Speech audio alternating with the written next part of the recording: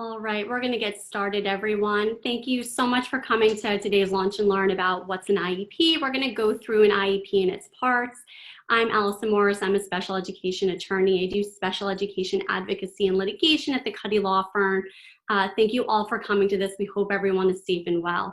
And we're here today to talk about and go through the sections of an IEP, an Individualized Education Program. And just a little background about me, my younger brother has special needs. I attended his IEP meetings. I've been where you are, going to these meetings, reading through these documents, figuring out what these parts mean and what this document is. And so hopefully today I can help you understand what an IEP is and what its parts are. Also, I'm going to be going through this today in English, take some questions, and then I'm going to do the presentation in Spanish. We just wanted to let everyone know we're also recording this. So let's get started. The first thing to keep in mind is that IEPs must be reasonably calculated to enable students to make meaningful progress in light of their circumstances. So the key takeaway here as we're going through it, and you're gonna hear me say it over and over again, is everything has to be individualized to your child's needs, to the student's needs. And as we're going through this and as you're at IEP meetings, you know, there's a lot of terminology, a lot of abbreviations. If you ever don't understand something, you know, you're reading something, you don't understand it, you're at a meeting and the school psychologist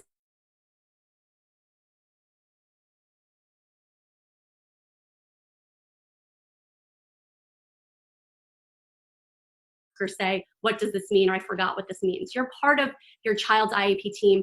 You're a huge part of it. And it's important that you understand everything going on in these meetings and what's on your child's IEP. So always ask if you don't understand anything, including today. And so how do you in your school district create this IEP, this program for your child, and what is it? So let's go through these sections. And again, they're all based on what your child, what the student needs, not what the school district can provide. And all these sections should be discussed at your IEP meeting. That's why it's really important that once you get your child's IEP, to read through it immediately and thoroughly to make sure everything you discussed is on the IEP, is something different, is something new on there, and do you need to follow up with the district about it?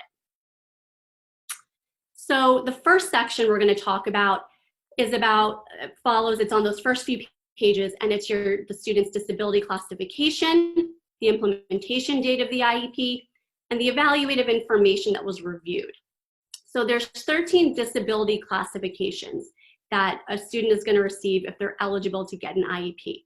So some of them you might have seen, it'll say speech language impaired, other health impairment, autism, intellectual disability, learning disability, traumatic brain injury, hearing impaired. And these classifications are not the same as a diagnosis. So just because a student has a specific diagnosis doesn't mean that they are going to have a specific corresponding classification, but they need to have one of these 13 classifications in order to have an IEP. And we want that classification to be the most accurate for what's impacting the student's ability to make progress, to make educational progress. So my brother, for instance, has an intellectual disability, he's got learning disorders, and he's also got attention deficit hyperactivity disorder. So he could fit into really one of 3 classifications. But the one that was most accurate, right? When someone's picking up this IEP and looking at the student, and the first thing they're gonna see is this classification, we want them to get an idea of what the student is. And for Ryan, for my brother, that was intellectual disability. And so sort of on that note, if your child or a student has autism, we really want that classification to be autism. Sometimes districts will put one of the other classifications, and that's not saying it might not be appropriate. But again, we want the classification to be the most appropriate. And so again, if someone's picking up your child's IEP, they're gonna, 1, know that this is a student with autism and everything that comes along with that. And 2, there's additional regulatory protections for students with autism. So if there's a student with autism, we really want that classification to say so. If you have a child who's in preschool or a student who's in preschool, there's only one classification. It's just gonna say they're a preschool student with a disability. When they turn 5, and if they're found eligible to continue receiving special education services, then they're gonna receive one of those 13 classifications. The next first part of these sections of the IEP is the implementation date. What date is this IEP good for? You're having this meeting, is this IEP valid for July and August? Is this IEP running from September to June of the following school year? Is it from September to September of the following school year? It's going to let you know on those first page. And also the evaluative information that was reviewed when making this IEP. What evaluations were looked at? What progress reports were looked at? Were there report cards? Were there reports from teachers? Did you submit everything? So you always want to make sure you have these, anything that's listed there. And if you've given anything to the district, you want to make sure it's listed there. The next section is what's called present levels of performance. And there's 4 parts of these present levels of performance that's on everyone's IEP. There's academic present levels of performance, physical present levels of performance, social emotional present levels of performance, and management needs. What does this student need throughout the day for their special education needs? And it's really important that these sections are detailed and talk about all of your child's issues or all of the student's issues. If there's bullying issues, if your child has sensory issues, if there's feeding issues, if they're having academic issues in writing, math, or reading, we want details, right? It does us no good if it just says, Johnny is reading and writing below grade level. Johnny has difficulty with vocab. Johnny has difficulty with math word problems. We want more details than that for 2 reasons. One, goals, which we're going to talk about for the IEP, are based on this information. So if all we know is that Johnny's having difficulty in math and he's below grade level, we don't know what his issues are. Does he know numbers 1 to 10? Can Johnny do single digit addition? Does Johnny have those foundational skills, but it's complex word problems he's having issues with? We want those details because then the goals are going to match up to that. So we want those appropriate goals. The second part of it is we want details here because that's one way we can measure progress year after year. If there's not information here, there's no way to really know, is Johnny making progress or not, right? Johnny's having writing difficulties. And then the next year it says, Johnny's having writing difficulties. Well, did he improve in any of the areas he's having difficulties with? Are there new areas of difficulty? So we really want these sections to be as detailed as possible. The next section is special factors. And usually there's just a check mark here saying yes or no for each of these boxes. Does your child or student need a behavior plan? Do they have a limited English proficiency? Do they have a visual impairment? Do they need a communication device or service, like speech language therapy? Do they need an assistive technology device? And if so, do they need it in school and or at home? Again, all of these sections should be talked about at your IEP meeting. Sometimes they're not, and sometimes you get the IEP and there's just no for each of these. But again, always feel like you can follow up with your district. You know, you said no here, can we talk a little bit about why? Or now that you know these are subsections of the IEP, maybe you can talk a little bit more about it. We didn't talk about whether my child needs an assistive technology device. What's the IEP team's thoughts on that? The next section is about transition planning.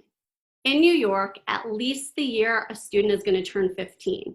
And in the city, at least the year they turn 12, your school district needs to start planning for their transition from school to post-secondary life, to life once they graduate from school.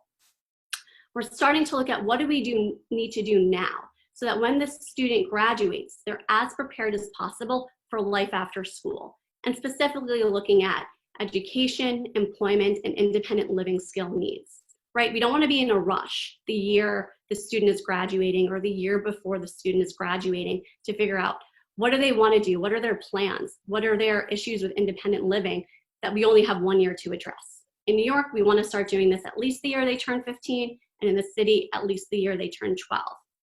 And they should be talking to you about it, talking to your child about it, providing you some sort of evaluation or assessment to get this type of information. And there should be goals to address these. And I'm going to talk about this more in depth at another Lunch and Learn, but you want goals to address these needs.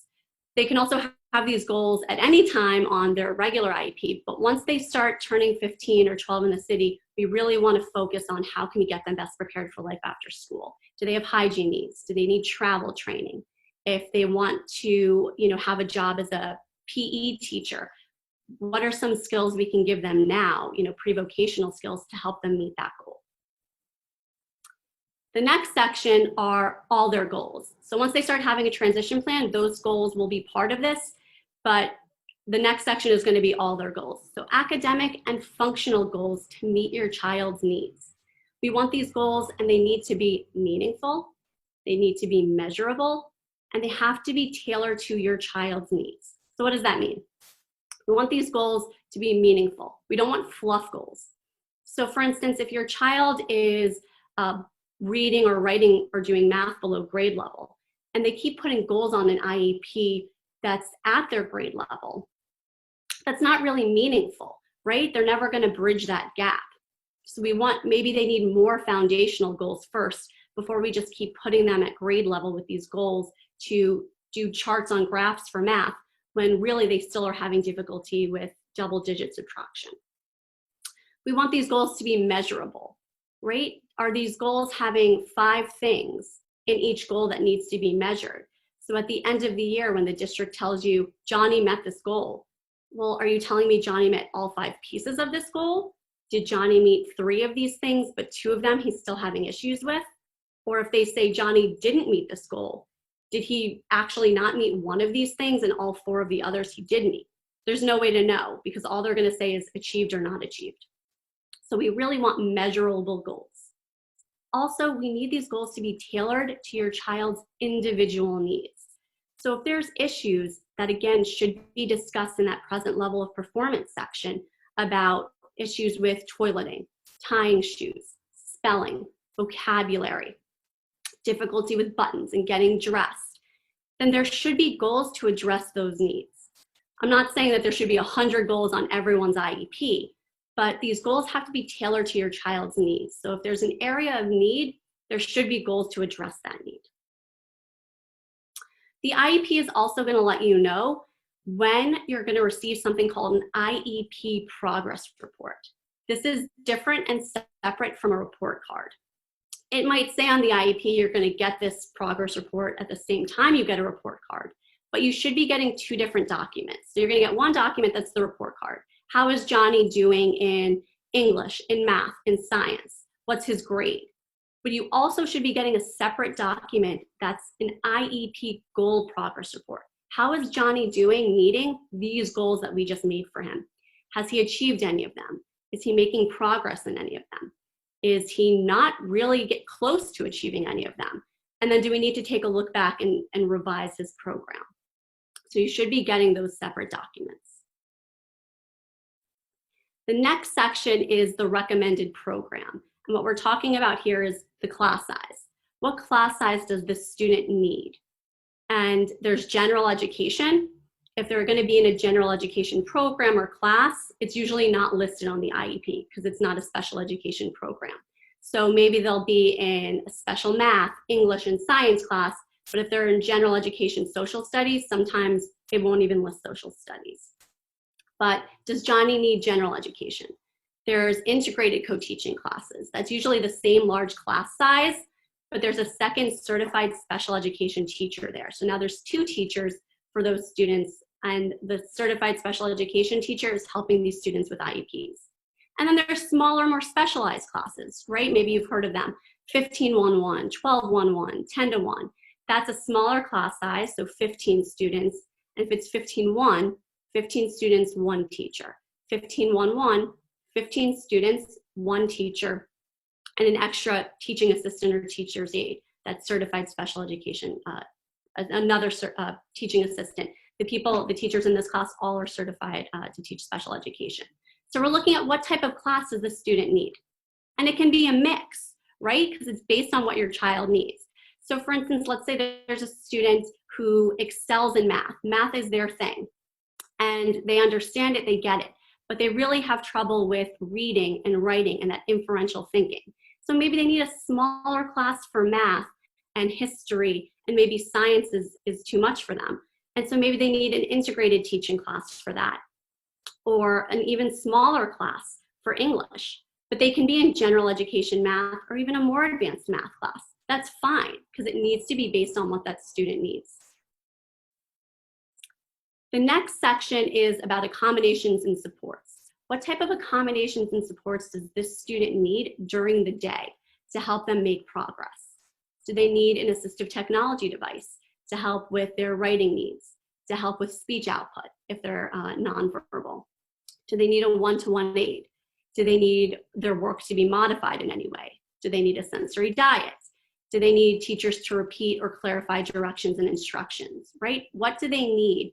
And once you figure that out, it should say it on the IEP. Because again, we want everyone to know this is what Johnny needs. And if there's a substitute teacher, if a new teacher comes in during the school year, they're going to pick up this IEP and see, these are the accommodations that I need to give Johnny. There's also a separate section for testing accommodations. Again, whatever the student needs in order to ensure that when they're tested, their knowledge is what's on the paper, not their disability is in no way impacting their grades. So do they need a separate location? Do they need extra time? Do they need a calculator? Although apparently nowadays everyone is using calculators. But what does a student need? And we're going to put it on this IEP. The next section is related services. So what related services does the student need in order to make progress? We want to know what the service is based on their needs, how often they're getting it, how long they're getting it for, and what's the ratio. Are they getting it one-to-one? Are they getting it in a group? Are they getting both types? And some common ones are speech language therapy, occupational therapy, physical therapy, feeding therapy, ABA, applied behavior analysis, if your child or student has autism or behavior issues. Is there specialized reading instruction that the student needs because they have perhaps a learning disorder? Does the student need counseling? Does the parent need counseling and training because it's something that they've all discussed that the parent could use, or because they're entitled to it because their child is classified as a student with autism? So whatever the student needs is the type of service they should be getting. Again, it's not based on what the school can provide. The next section is 12-month services, summer services. Is this a student who needs to get services over the summer? And the standard for this is this a student who has a substantial likelihood that they're going to regress over summer? It's not to continue to aid them to make progress over the summer. Is this a student who is going to lose skills if they don't keep getting services over the summer? You know, I know some districts and parents sometimes have an understanding a student is really behind and they give them these services, but the standard, if you want your child to have 12-month services, you feel like they need 12-month services, is the student is going to regress. They're going to lose skills if they don't keep getting services over summer. So if your child is entitled to get 12-month services, it's going to say yes on the IEP, and it's going to list what services they're going to get and what frequency ratio they're going to get them in. But remember, because this is just to stop regression, it's likely going to be less services than what they would normally get during the school year.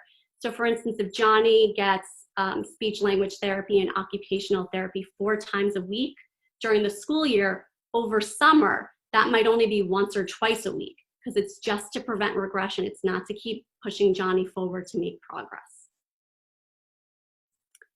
The next section is something called coordinated set of transition services. This is when your child has a transition plan, what services are they going to get to go with that plan? And the only thing I really want to say about that at this time is a district cannot put the entire responsibility for the transition plan on the parents.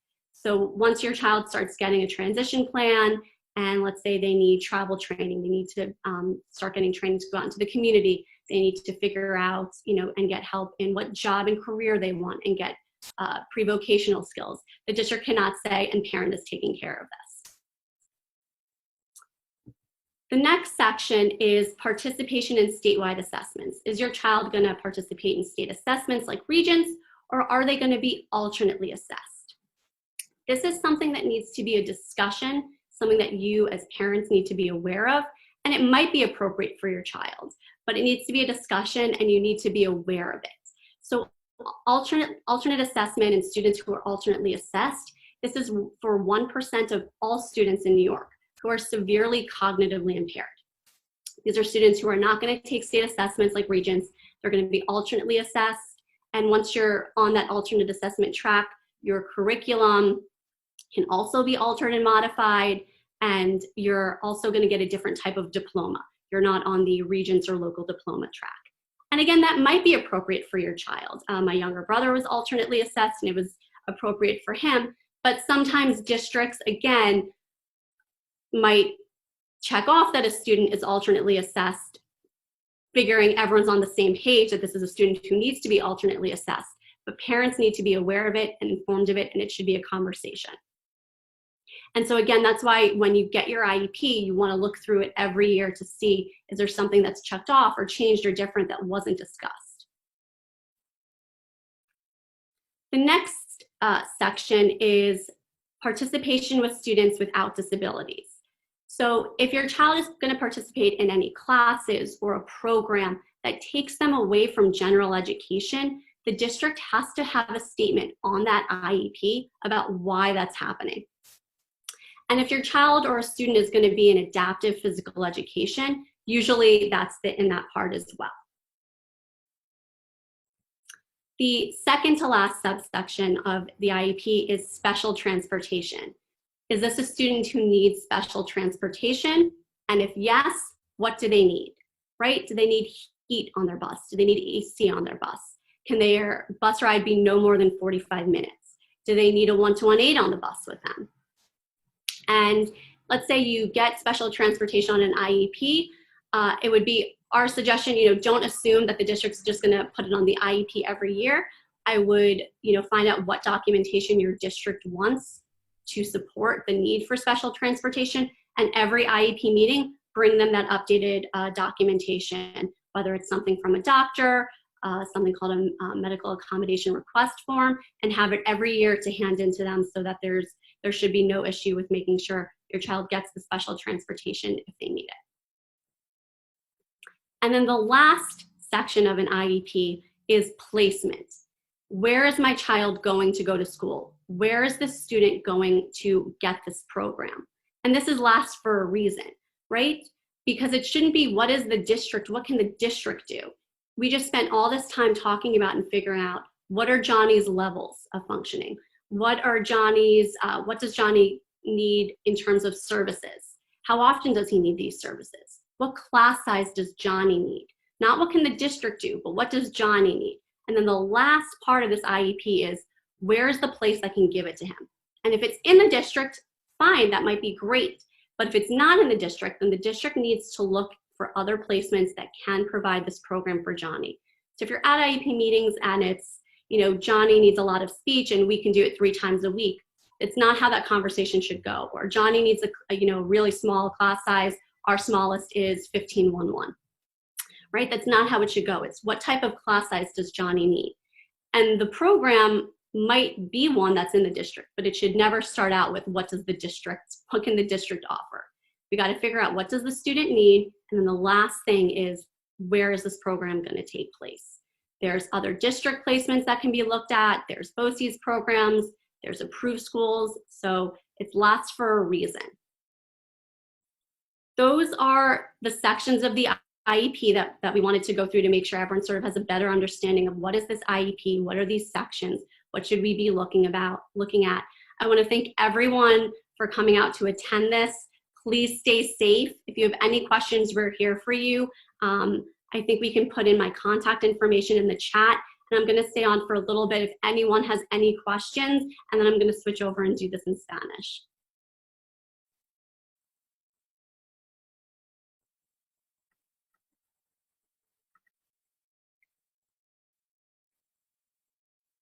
Hi, can I ask a question, please?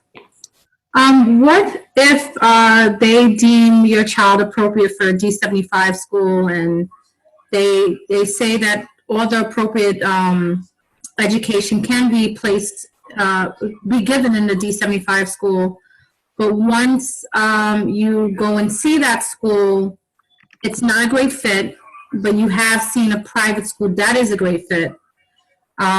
Once that happens, do you let your child attend the school that they're placed in and then just fight the DOE, or do that prior, or do dependency, or what steps should you do prior once you go to tour? Are you talking about a non-approved private school?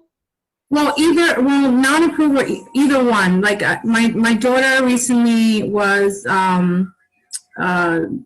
a school was chosen for her. Unfortunately, COVID happened, and I wasn't able to tour that school. I toured maybe 30 schools, and that was just not one of them. It's a D75 school that I didn't even look at. I don't know the neighborhood. I don't know the school. I don't know what programs they have. And there are some D75s I did tour that I think maybe would be a good fit, but there are some privates that I toured that might be a good fit also. I just have not seen what they said was the school that she should go to. So I think the first step is we always recommend, visiting the schools that a school district is recommending. Yeah, but for that reason, one, you never know, right? It might be an appropriate program and placement that ends up working out, and if not, then I would have a dialogue with the school about concerns. And then if you want, we could privately talk about potential next steps. But I think the first step, which you had mentioned, is seeing the school that they're recommending. You should always go visit. And I know during this time, there's some schools are doing virtual visits. That might be a little bit more difficult, but always, we recommend always going to see the school that a district is recommending for placement for your child. Yeah, I was always told that you can't say no automatically to the school that they choose, because then you're going to say, how do you know it's not appropriate? You actually have to go and see that school to say, listen, that it's not an appropriate fit for my child. But since COVID happened, the school does not have virtual tours. It's a D75 school. There is no virtual tours. There's no one to contact. How do I fight and say, listen, I know you said that school was appropriate, but I didn't even get to see that school. But there is a D75 school that I did see. How do I make it, because they can always come back to me and say, well, you didn't see the school that we suggested, so how do you know it's not appropriate? So I would suggest reaching out to someone and saying exactly what you said. That you it sounds like you're trying to see it, you can't. Yeah. Have a dialogue with them about the situation. Okay, great. Thank you. Yeah.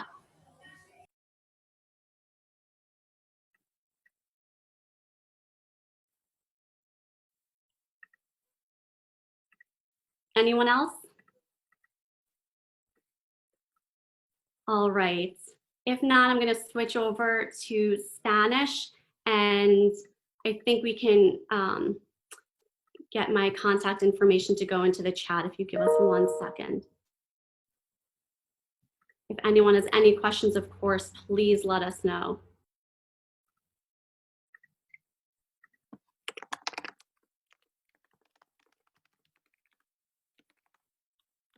That's my contact information for everyone, and thank you guys so much for coming out to this.